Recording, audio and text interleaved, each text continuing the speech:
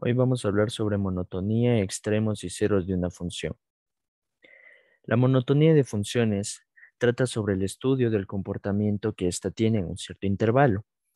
¿A qué se refiere con comportamiento? Es decir, queremos ver si nuestra función va a ser de tipo creciente, decreciente o si va a ser una función constante. La función creciente. Se dice que una función es creciente en un intervalo AB si para cualesquiera dos puntos x1 y x2, tales que el x1 sea más pequeño que el x2, dentro de este intervalo tenemos que sus imágenes también, la imagen de f de x2 va a ser más grande que la imagen de f de x1. Si se mantiene esta relación, nosotros podemos decir que nuestra función va a ser de tipo creciente. La función decreciente. Se dice que una función es decreciente en un intervalo AB si para cualesquiera x1 y x2, tales que de la misma forma x1 sea más pequeño que x2, dentro de este intervalo, la imagen de f de x1 va a ser más grande que la imagen de f de x2. Aquí podemos ver que aunque el x1 es más pequeño que el x2, su imagen es más grande que la imagen del f de x2. Por lo tanto, la función va a ir hacia abajo y por lo tanto será decreciente en este intervalo. Para que una función sea constante en un intervalo AB, de la misma manera tomamos dos puntos, uno más grande que el otro, y si las imágenes son iguales, es decir, f de x1 es igual a f de x2, podemos decir que nuestra función en ese intervalo va a ser constante. Los extremos de una función. Los extremos de una función son los valores más grandes o más pequeños que toma una función en un punto situado, ya sea en una región o un intervalo en particular o en todo el dominio de la función. Los máximos de una función. Los máximos son aquellos valores donde la función alcanza ese valor más grande que mencionamos antes. En este caso decimos que un punto x0 es un máximo local si existe una región, un intervalo que contenga a este punto.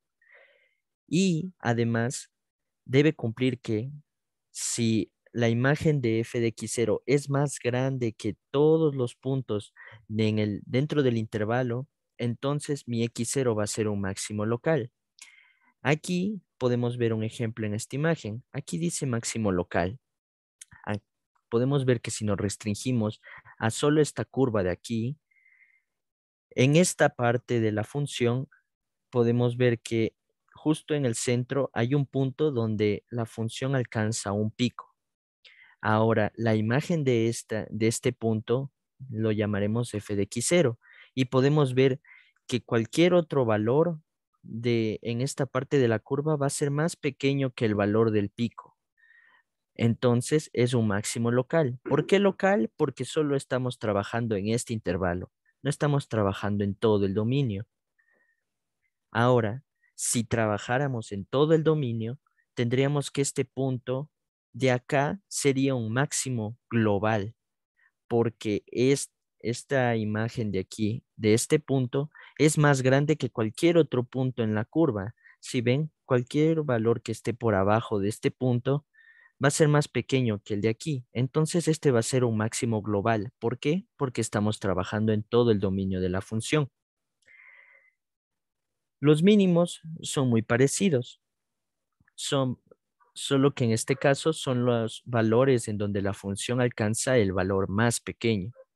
Entonces, un punto x0 de nuevo se dice un mínimo local si existe una región que contenga x0, tal que la imagen de f de x0 sea la más pequeña para cualquier x en el intervalo. Es decir, cualquier punto, aquí podemos ver, igual nos restringimos en este intervalo. En este punto de aquí, la imagen es la más pequeña de todos los valores del intervalo. Si tomamos cualquier otro punto aquí, va a ser más grande que este de aquí. Si tomamos otro de por acá, va a ser más grande que el de acá.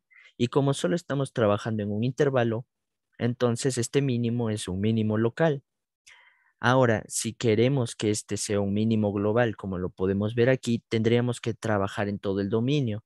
Aquí claramente podemos ver que este es el valor más pequeño. No importa qué valor de la función yo tome, siempre va a ser más grande que este pico que está por abajo.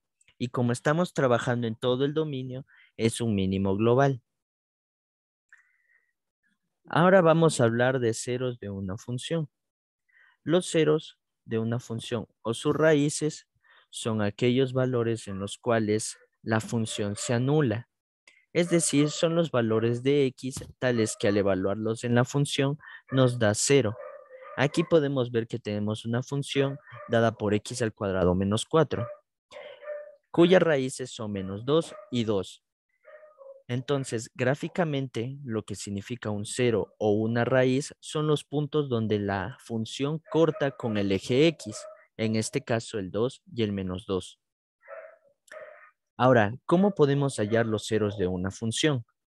Para calcular los ceros de una función que sea de la forma ax al cuadrado más bx más c, o sea, de forma polinomial, podemos aplicar cualquier método de factorización que hayamos aprendido, ya sea separación de cuadrados, cuadrado perfecto, cualquiera de esas formas, métodos, podemos utilizarlo para hallar las raíces.